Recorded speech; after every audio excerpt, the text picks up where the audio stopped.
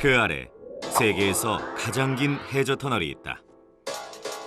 총 53.85km에 이르는 세이칸 터널이다.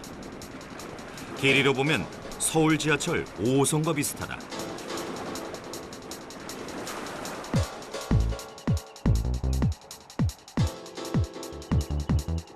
혼슈와 홋카이도 사이에 놓인 해협의 직선거리는 23km. 하지만 관통하는 세이칸 터널의 길이는 53.85km다. 직선거리의 2배 이상이 된 것이다. 그만큼 난공사였다. 총 공사비 6,900억 엔. 공사에 동원된 연인원만 1,400만 명에 굴착에 사용된 화약은 2,900만 톤. 시멘트를 후지산 850기를 쌓을 수 있는 양을 써서 만든 터널이다. 세이칸 터널은 약 한 54km 정도 되는 세계에서 최장대 제일 긴 해저 터널입니다. 1988년에 완공이 됐는데 특히 이제 주목할 점이 수심이 최대 140m, 안반 두께가 100m. 이제 지반 주사 기간이 7년 걸렸고 공사 기간이 당초 예상한 것보다 15년이 더 걸린 24년이 걸렸습니다. 굴착 과정은 지뢰밭을 건너듯 위험했다. 1979년 침수 사고가 그랬다. 단층을 잘못 건드린 것이다. 분당 85톤의 물이 쏟아져 들어왔다. 모든 터널이 침수됐고 배수와 복구에만 162일이 걸렸다. 공사 기간 중 순직한 인부만 34명. 물과의 사투였다. 그 해저 터널은 이 사고가 나면 그 대량 이 바닷물이 터널로 유입이 되고 붕괴되면 대형 사고가 됩니다. 그게 건설 중이건 운영 중이건 그렇기 때문에 물하고의 싸움입니다. 빠른 조류와 깊은 수심의 환경, 그리고 고압의 출수가 흐르는 집안에서 굴착을 하고 터널을 만들면서 스가루 해협을 이어야 했다. 당시 건설 기술로는 쉽지 않은 무모하고도 거대한 프로젝트였다.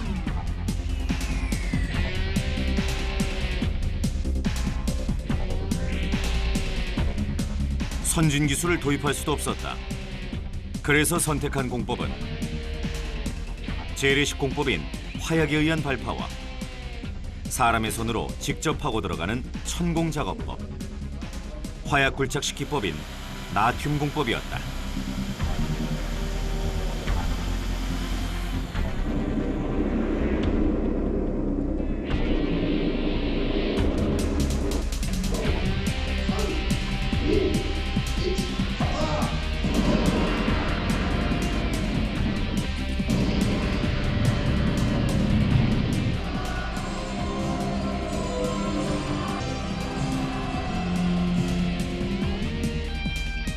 굴착 공사 기간만 21년이 걸렸다. 당시의 공사 현장을 이해하기 위해 나튬 공법이 적용된 지하철 7호선 분당선 연장선의 굴착 현장을 보자. 첫 단계, 암벽에 화약을 설치할 구멍을 뚫는다. 그 다음 철저하게 계산된 양의 화약을 구멍 속에 집어넣는다. 그리고 작업자 전원은 현장에서 철수한다. 드디어 발파 카운트다운.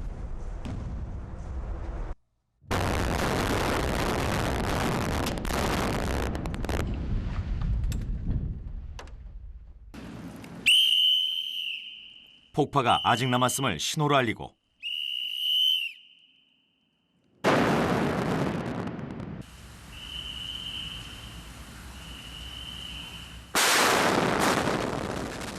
그렇게 1.5m 정도의 터널이 새롭게 뚫렸다.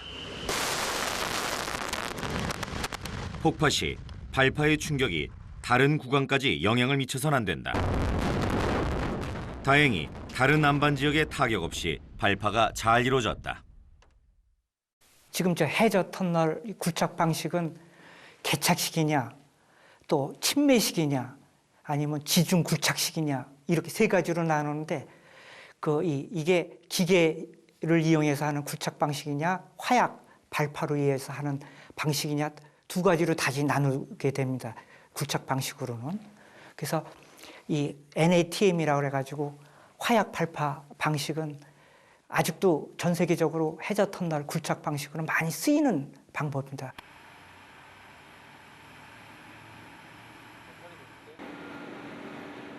세이칸 해저 터널의 가장 깊은 곳은 해수면 아래 240m 지점. 그곳을 향해 컴컴한 터널 속으로 케이블 열차를 타고 심해로 내려간다. 높이 7.85m, 폭 9.7m의 터널 속에 열차 레일이 끝없이 펼쳐져 있다. 덜컥거리는 협궤 열차를 타고 지상의 터널을 지날 때의 그 풍경과 비슷하다. 도착한 곳은 해수면 아래 135m, 혼슈 쪽에서는 19.5km 들어간 지점. 그곳에서 진아는 열차를 만났다. 이곳은 바다 아래 기차역, 다피 해협 정류장. 이런 기차역이 터널에 두 군데 있다. 그런데 눈에 띄는 것은 터널의 개수, 한 개가 아니라 세 개다.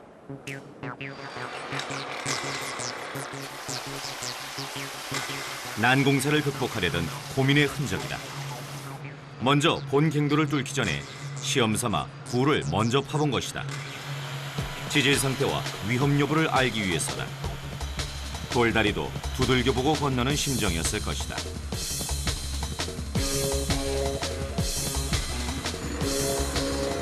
역사적인 신기술 개발도 이루어졌는데 터널 내부로 물이 스며드는 걸 막기 위해서는 안반의 균열을 막는 차수공법을 썼다. 물에 녹는 유리와 시멘트 반죽을 섞어 안반 균열 사이로 주입한 것이다. 굴착한 터널 전체를 콘크리트로 분무한 것도 당시로선 획기적인 발상이었다. 굴착 즉시 콘크리트를 안반 전체에 뿌려주는 것이다. 굴착 공사로 인해 느슨해진 집안을 공고히 하면서 동시에 용수 차단 효과가 있었다. 그 기술 이후로 해서 일본이 특히 자랑할 수 있는 게 해저 터널에서 굉장히 중요한 이 작업장 전방에 미리 그냥 30m, 40m 굴착 천공을 해서 물이 얼마큼 많이 나오냐, 집안이 얼마나 나쁘냐 이걸 파악해서 들어가는 기술을 터득했는데 선단 집안 굴착 그 조사 기술이 아주 확보가 되는 아주 좋은 기술을 가지고 있게 된 계기가 돼 있죠. 전화유학이죠. 개통 이후에도 계속되는 해수와의 전쟁은 세이칸 터널의 숙명이다. 갱내로 유입되는 용수를 배수하는 곳은 총 3군데. 터널로 스며든 물은 물길을 따라 3개의 배수관으로 모여든다. 해저 터널 바닥 군데군데 지하수가 스며든 흔적이 보인다. 수압으로 인해 터널 내부로 자연히 스며드는 물은 1분에 20여 톤. 모든 물을 강제로라도 빼내야 한다. 이곳은 바닷물을 다시 밖으로 빼내는 대형 펌프장. 3군데의 이런 펌프장에서 퍼올리는 용수량도 분당 20톤씩이다. やはり海底トンネルということで、常に大量の、塩分を含んだ水が、トンネルの中に入ってくるということなんですが、それをあえてですね、水が入ってこないように防ぐという部分ではトンネルに対して負担がかかりますので、それはあえてせずにですね、ポンプで外に排出するという方法をとっています。なおそうしているんですけれども、トンネルの真上等からですね落ちてくる水に対してはもしそういう箇所があればですね、電車の線ですとかレールに悪影響を及ぼしますので、そういうのが発見され次第ですね壁面を伝ってそういう設備に支障がないようにそういったような施工を現在メンテナンスの中でやっています。 터널 밖에서 가해지는 수압은 1평방미터당 24kg. 수압을 분산시키기 위해 물길을 따라 물이 분산돼 흘러가도록 만들었다. 덕분에 수압이나 지진에 의한 사고는 없었다. 湧水監視システムって言いまして、要は地震が起きたら地盤が割れてですね、水が異常出水するという形があるんで、その水の量をですね、測定して、全体で27箇所あるんですけども、そこでもモニタリングということで、全部ですね、4つのシステムが地震に対応しております。で、上のトンネルが作業口になりまして、この部分が先進土庫という形で、全体で27箇所設置されております。 세이칸 터널은 불가능을 가능케 한 대역사였다. 이를 계기로 일본은 토목 기술력에서 세계 최고라는 찬사를 받았다.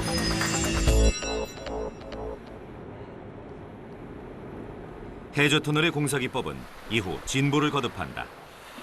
세이칸 터널보다 좀 더 발전된 기법이 적용된 곳, 바로 동경만 해저 터널이다. 길이는 총 9.6km, 터널의 폭은 13.9m. 일본 도쿄 남쪽의 가와사키시와 동쪽 키사라츠시를 바다 밑으로 연결한 것이다. 1997년 해저 터널이 개통된 이래 자동차로 1시간 걸리던 거리가 15분으로 단축됐다.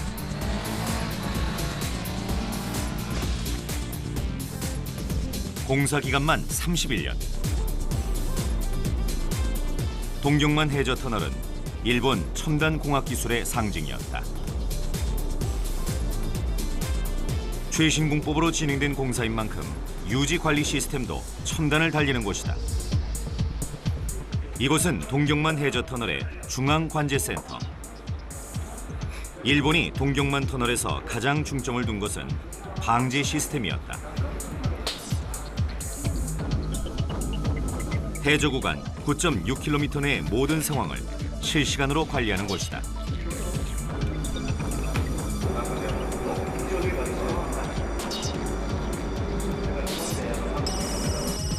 긴급 전화가 걸려왔다. 터널 내에서 자동차가 고장이나 서버린 것. 관제센터와 즉각 연결이 가능하다. 터널 내 36.7km 부근. 즉각 출동이 이뤄졌다. 이 지역은 지진이 많이 발생하는 곳. 그래서 지진과 누수에 대한 대책이 각별하다. 바닷물이 터널 안으로 들어올 수 없도록 매일 그 양을 분석해 차단하고 흘러들어온 빗물은 정화시킨 뒤 다시 바다로 흘려보내는 시스템도 구축했다.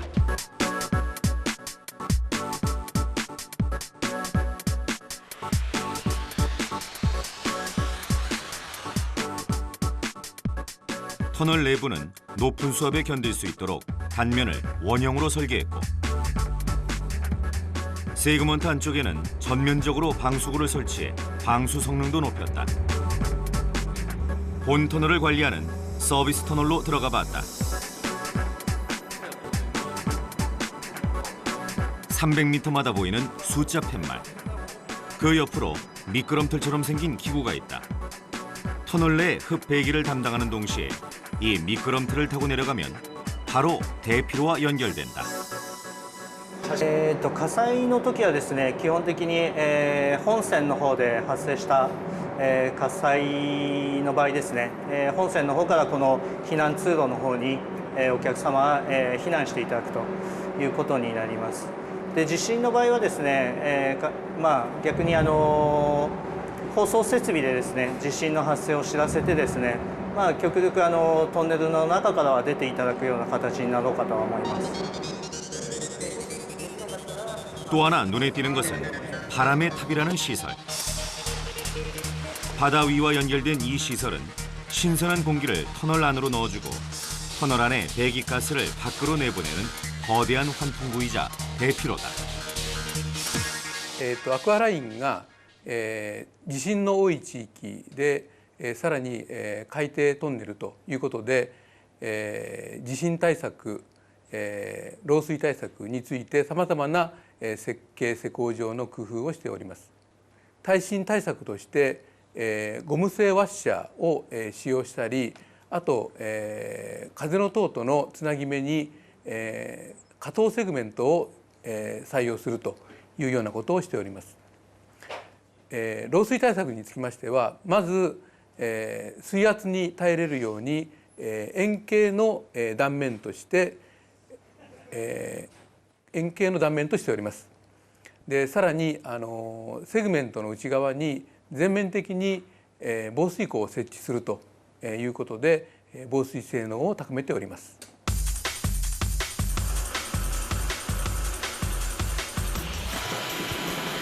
동경만 해저 터널은 인공섬 주변에 갯벌층을 질소로 올려 터널을 관통시킨 것으로 유명하다.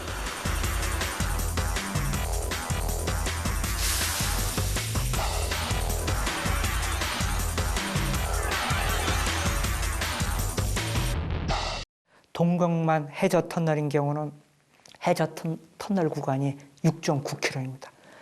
특히 이게 수심이 한 60m, 또 이 집안 그 단단한 안반층이 없어가지고 한 15m 최소 지층 두께가 15m 상당히 연여층을 지나가는 바람에 이런 보강을 하면서 했는데 그 세이칸 터널은 이 화약에 의한 발파 공법을 썼는데 동경만 해저 터널은 쉴드 기계 굴착을 해가지고 굴착을 했습니다. 당시 동경만 해저 터널에 사용된 이 쉴드 장비는 주목의 대상이었다. 14.14m, 당시로선 최대의 굴착 장비였다. 원리는 이렇다. 커다란 원형 모양, 즉 터널 모양으로 된 거대한 쉴드 TBM이 땅속을 회전하면서 전진한다. 이렇게 굴착된 흙과 암석은 자동으로 컨베이어 벨트에 실려 뒤쪽으로 배출된다. 하나의 터널을 굴착하고 나면 그 자리에서 180도 회전해 나머지 터널을 또 굴착해 나간다. 쉴드 TBM은 이렇게 하루에 9m에서 10m 정도 굴착 작업을 해낼 수 있다. 쉴드는 방패라는 의미. 쉴드의 둥근 머리 부분은 그 자체로 굴착한 터널의 든든한 받침대가 돼준다. 집안이 약해도 안전하다.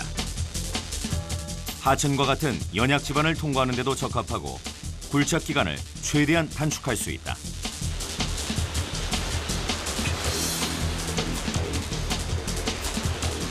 같은 공법으로 건설 중인 터널이 한국에도 있다. 지하철 7호선 분당선의 한강 하저 터널이다.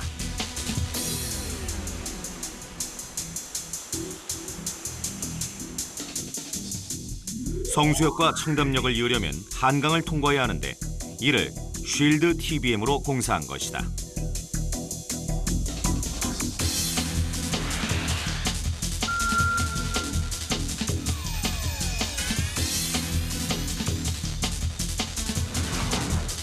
구간의 길이는 총 846m. 상하행선 양방향으로 2개의 터널이 있어야 한다.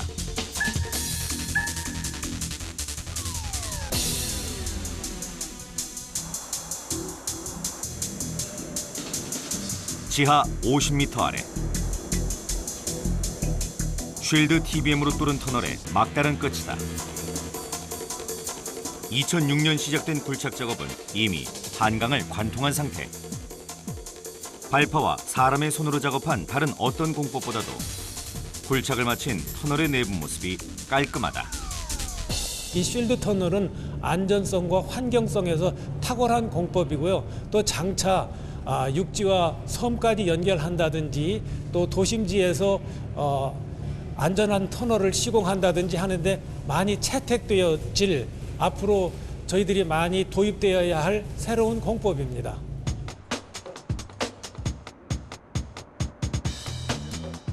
그렇다면 쉴드 TBM 장비는 어떻게 만들어지는 것일까?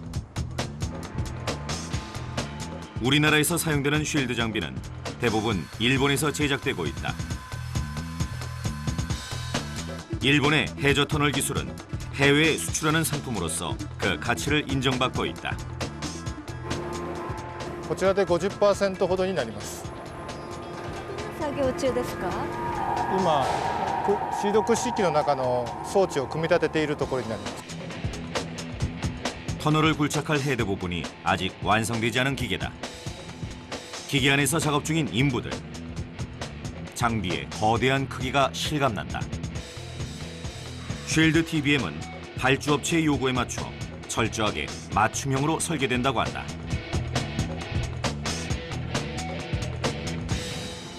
お客様の方から土質条件ですとか施工距離、深さなどの条件をいただきまして、そちらに合わせて設計します。そうするとみんな同じ形とは限らないですね。そうですね。いただく口径ですとか今言った土質条件等によってほとんど違うと言っていいと思います。 쉴드 TBM 장비의 핵심은 헤드. 터널의 직경에 맞춰 크기가 결정된다. 헤드는 흙은 물론 자갈과 거친 암석까지 뚫어나가야 하기 때문에 사용하는 철근의 강도도 높다. 직경 6m의 기계를 제작하는 데 드는 시간은 보통 1년. 가격은 최고 수십억 원대에 달한다. もともとイギリスのブリネルという方がこのシールド工法を開発したと言われているんですが、ブリネルさんの発想は船食い虫ですね。船に穴を開ける害虫なんですが、こちらから発想したと言われています。 쉴드 TBM의 무게는 평균 600톤. 일일이 분해한 채 운반해 지하에서 다시 조립해야 한다. 이 기간만 2달이 걸린다. 공사가 끝나면 다시 해체에 올라간다. 이 구간은 7호선을 인천 부평구청까지 연장하는 곳. 현재까지 뚫린 터널의 막다른 끝에 대형 장비의 모습이 보인다.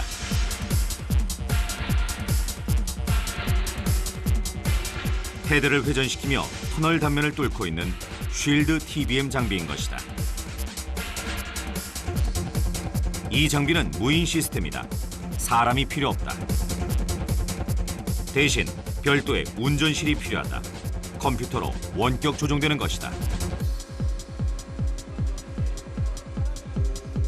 저희 사람 몸으로 치면 머리에 해당하는 부분인데요. 기계화 시공이기 때문에 사람이 할 수 있는 건 없습니다. 그래서 여기 기계 장치가 다 돼 있는데 이 OP실이라고 하는데 여기서 모든 조작반을 통해서 기계에다 명령을 내리는 겁니다. 그래서 여기 머리 부분이라 할 수 있습니다. 장비의 속도는 적당한지, 방향은 정확한지 모두 이곳에서 파악하고 조정할 수 있다.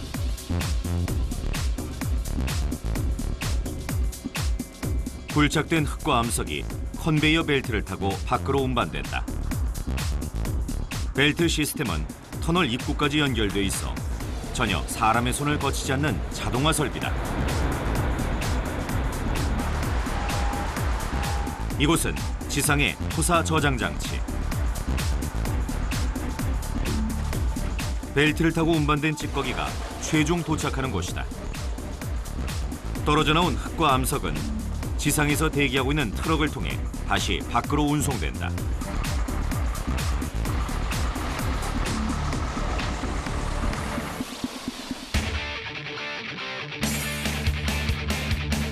흙과 암석이 빠진 양만큼 굴진이 진행된 터널. 이제 벽면 작업을 마무리해야 한다. 이때 필요한 것은 세그먼트.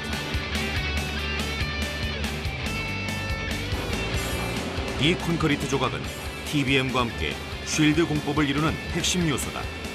콘크리트가 레일을 타고 작업장까지 이동된다.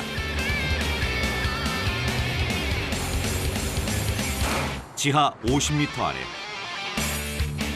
세그먼트를 벽에 부착해야 하는 것이다. 세그먼트의 무게는 3.4톤. 여기서도 사람의 힘으로 세그먼트를 운반하는 일은 불가능하다.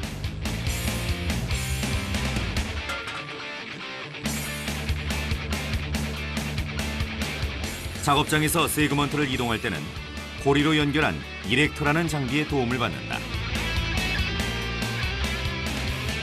이렉터가 세그먼트를 장비 앞까지 옮겨다주면 그것을 다시 들어올려 말끔히 정리된 벽면에 꽂아 넣는다.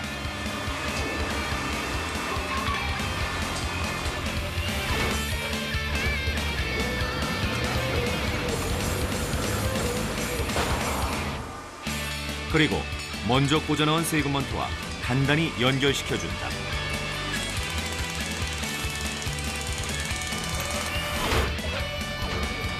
터널 한 바퀴를 만드는 데는 세그먼트 7조각이 필요하다.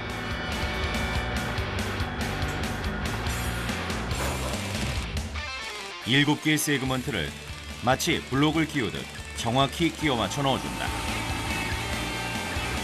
마지막으로 가장 작은 세그먼트인 키 세그먼트를 장착하면 터널 한 링이 완성된다.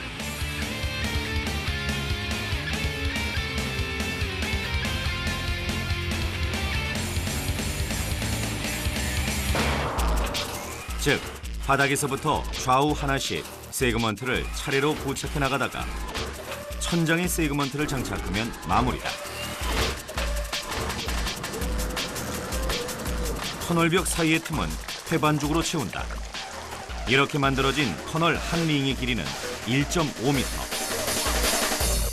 저희 현장은 하루에 6링에서 8링 정도 하루 나가는데요. 보시다시피 여기 보시면 420, 저희는 5링마다 이렇게 숫자 표시를 해놓고 있습니다. 그래서 저희는 하루에 6링, 8링 나가면 1.5 곱하기 하시면은 9m에서 한 12m 정도 나가고요. 화약으로 발파해서 굴착하고 인력으로 벽을 만들어 완성하는 것이 아니라 굴착부터 벽면 작업까지 모두 기계화 처리하는 것. 이것이 바로 쉴드 TBM 공법의 특징이다.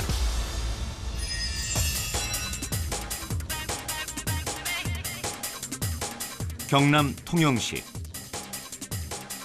이곳에 아시아에서 기념비적인 해저 터널이 있다. 통영의 육지와 섬 미륵도 사이에 펼쳐진 잔잔한 바다. 이 바다 밑을 연결한 아시아 최초의 해저 터널, 통영 터널이다.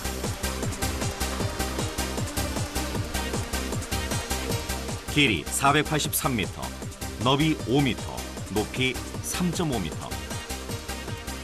통영 터널은 1931년 착공해 1년 4개월 만에 완공됐다. 일제강점기 일본인들에 의해 동원된 한국인 인부들이 역사에 참여했다. 충무 해저 터널은 1932년도에 우리나라에서 최초로 건설된 해저 터널입니다. 그 통영 운하 아래, 그 해수면 아래 10m 아래에 이제 그 건설된 해저 터널인데,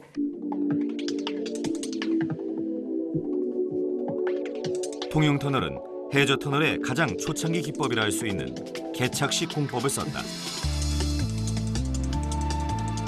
양쪽에 물막이를 쳐놓고 바닷물을 차단해 광산을 파듯이 파내려간 다음 바닥과 벽을 콘크리트로 메우고 다시 막았던 물막이를 빼내 완성된 터널 위로 물이 흐르도록 한 것이다. 그렇게 해수면 10m 아래에 동양 최초의 해저 터널이 건설됐다. 물 양쪽에 댐을 쌓고 가운데 있는 바닷물을 퍼봐가지고, 그러면은 이 바다, 이 해저면이 노출될 거 아닙니까? 거기에 땅을 고르게 다져가지고 거기에 콘크리트 터널 구조물을 설치하고 흙을 덮고, 그 다음에 댐을 무너뜨려서 다시 바닷물로 쌓이게 하는 방식이기 때문에 그때 1930년대에, 그것도 전 1800년대에 영국인이 유럽에서 많이 쓰는 방식입니다. 이 아시아에서는 이 충무 해저 터널이 이제 처음으로 그런 방식으로 한 거죠. 개통 당시 일일 평균 5천여 명이 통행하던 곳.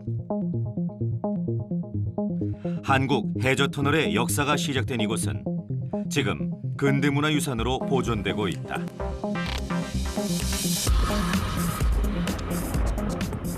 통영터널 개통 후 90여 년. 한국은 세계 건축공학의 역사에서 세계 신기록을 5개나 보유한 한국형 해저터널을 건설하기에 이른다.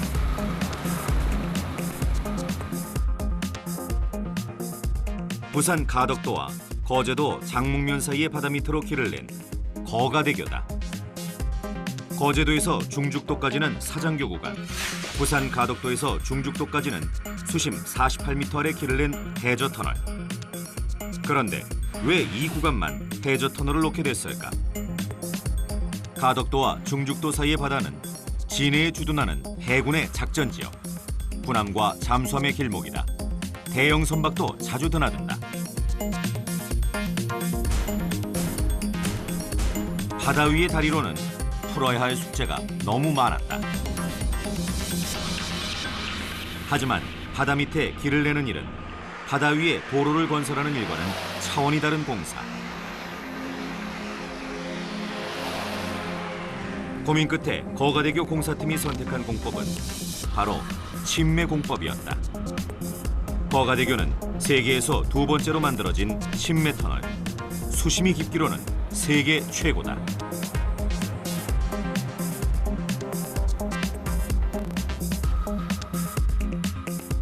침매공법이란 터널의 함체를 지상에서 만든 뒤 그 함체를 물속에 가라앉히는 방식.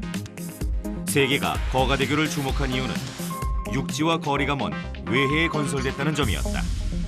新米トンネルは海底トンネルを建設する方法の一つで、港湾区域あるいは河川の河口部など比較的海洋条件の穏やかなところに適用されてきました。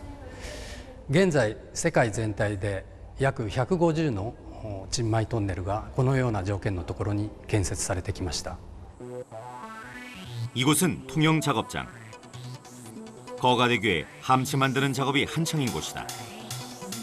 작업장은 축구장 10배 규모의 크기. 함체는 그 규모부터 이목을 집중시키기에 충분했다. 거가대교의 함체는 세계 최대 규모.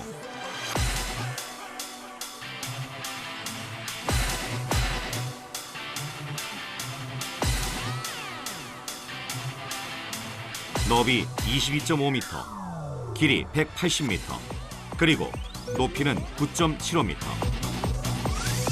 길이는 우리나라 지하철 9칸의 길이와 같고 무게는 탱크 1000대를 합친 무게다.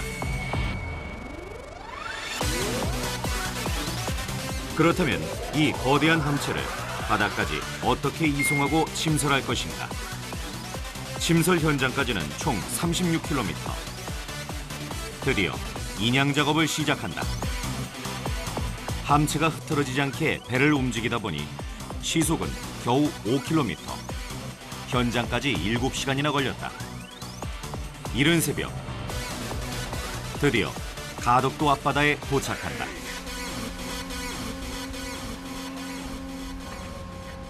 함체가 조정장치에 연결된다. 꼭두각 신형을 위에서 끈으로 조정하듯 조정장치는 여러 개의 와이어를 동시에 사용했다. 이제 과제는 함체를 침설한 후 그 함체를 다른 함체와 연결시키는 일. 침매공법에서 가장 중요한 작업이 진행되는 순간이다.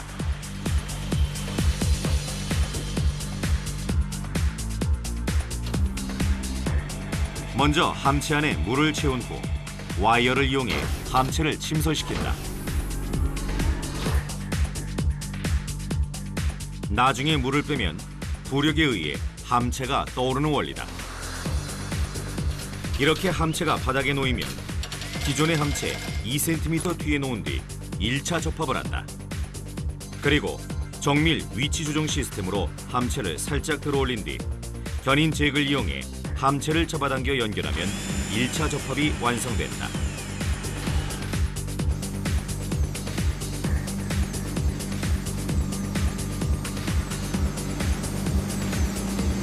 이때 사용된 위치 조정 시스템이 함체 바닥과 해저 자갈 사이의 마찰력을 줄여준다.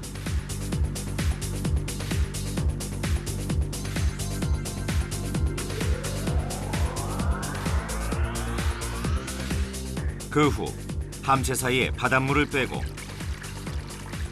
기존 함체 쪽의 물을 파이프로 빼내면 내부와 외부에 수압차가 발생한다. 이 수압차로 인해 함체 사이에 고무 조인트가 줄어들면서 강하게 압착되는데 이것이 2차 접합이다. 접합 작업은 여기서 끝나지 않는다. 특수 방수제로 함체 연결 부위에 한 번 더 테두르기를 해줘야 한다. 접합 부위는 한치의 빈틈도 없다. 그리고 외부의 충격으로부터 함체를 보호하기 위해 자갈과 콘크리트로 만든 외부 보호막을 설치하면 침매 터널 작업은 완성된다. 네, 세그먼트 조인트는 두 가지 방법의 특수 소재 고무로 된 방수제가 사용되고 있습니다.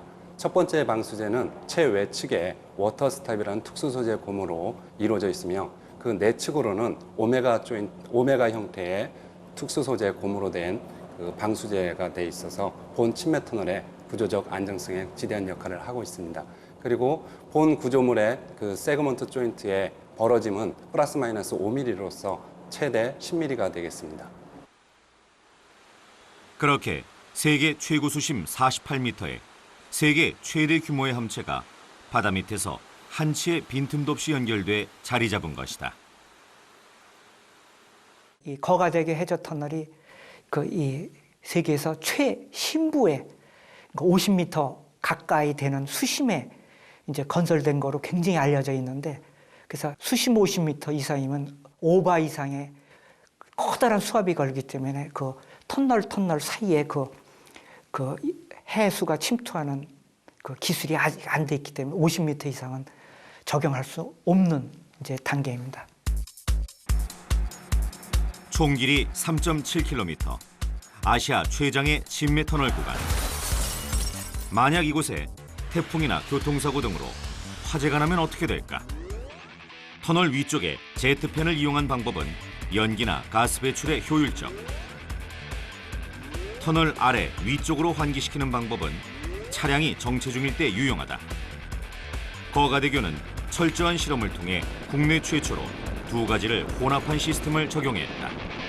조건이 그렇게 좋은 조건이 아니기 때문에 결국 이거 어떻게 빨리 이 연기를 빼내느냐, 그런 관점에서 우리는 그 횡류식이라는 그런 어떤 장점하고, 또 하나는 종류식, 즉 어떻게 하면 신선한 공기를 빨리 이걸 외부로 공기 집어넣을 수 있느냐 하는 그런 부분 때문에 우리가 종류식이라는 걸 갖다 두 개를 혼합해 가지고 환기 효율을 종래에 어떤 한 가지를 썼을 때보다는 훨씬 환기 효율을 한 30 내지 40% 증진시킬 수 있는 그런 방법을 저희가 이 침매 터널에는 적용을 한 것이 특징이라고 이렇게 볼 수가 있을 겁니다. 기존의 보통 터널에서는 종류식이나 횡류식 환기 방식 하나만을 이용하는 경우가 많았다.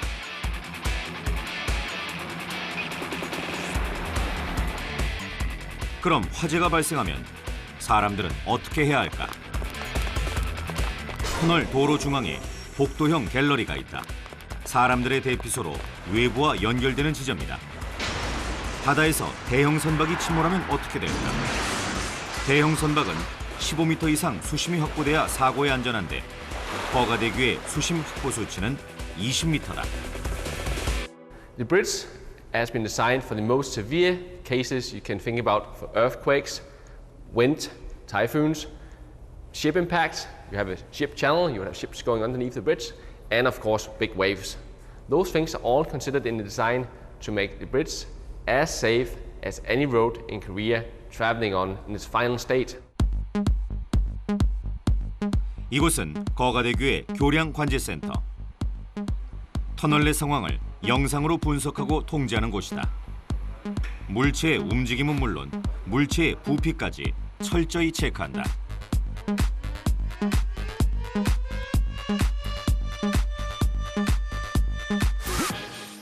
저희 침해 터널은 장대 터널이라고 할 수 있는 길이 3.7km의 터널입니다.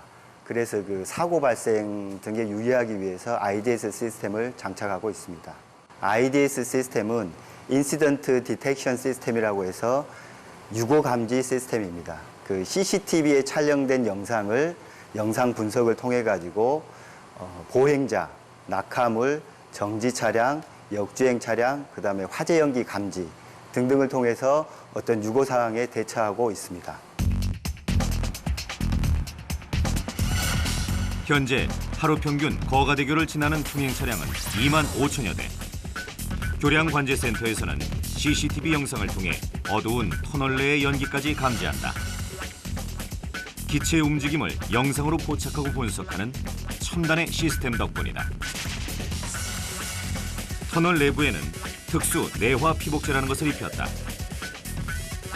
만일의 경우 화재가 발생해서 내부 온도가 1300도까지 올라가더라도 터널 전체 온도는 500도 이하로 유지될 수 있도록 제어하는 시스템이다.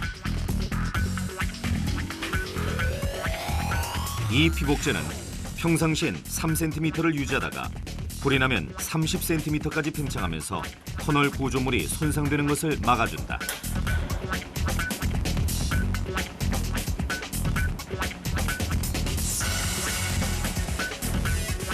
뿐만 아니라 터널 내부 소화 배관의 밸브는 항상 열어놓는다. 즉각적인 대비가 가능하도록 하기 위해서다.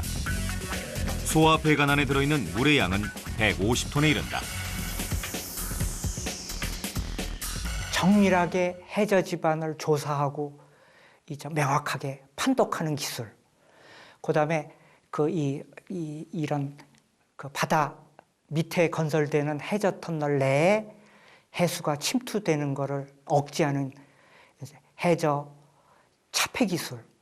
그다음에 해저 터널의 안전한 시공, 또 유지 관리에 필요한 이 방제 기술. 요 세 가지가 키포인트라고 해야 되고, 이 세 가지 분야가 앞으로 2단계에서도 더욱 이제 발전시켜야 할 이제 아주 중요한 핵심 기술이라고 할 수 있습니다.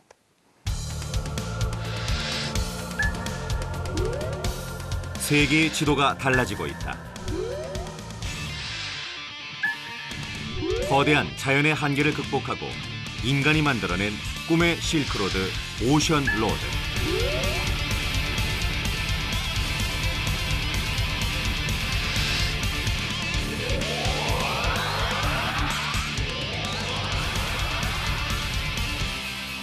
해저 터널은 육지와 섬하고 섬 연결하는 거, 또 대륙하고 대륙 연결하는 것처럼 지역 조건이 전혀 해당이 없기 때문에 그게 큰 장점이라고 할 수가 있습니다. 그다음에 대형 선박이 지나간다든가 어장이든 양식장의 피해를 전혀 주지가 않고, 또 자연 경관을 필수적으로 유지해야 할 필요가 있는 거, 또 기후에 의해서, 태풍 기후에 의해서 교통, 운반에 전혀 영향을 줘서는 안 되는 지역에 특히 해저 터널이 필요하다고 생각합니다. 우리는 지금 첨단으로 무장한 꿈의 바닷길을 달리고 있다. 해저 터널 공학이 우리에게 주는 의미는 무엇일까? 기술을 넘어선 과학과 예술의 조화. 그것은 곧 사람이 만들어낸 또 하나의 신화라 부를 만하다.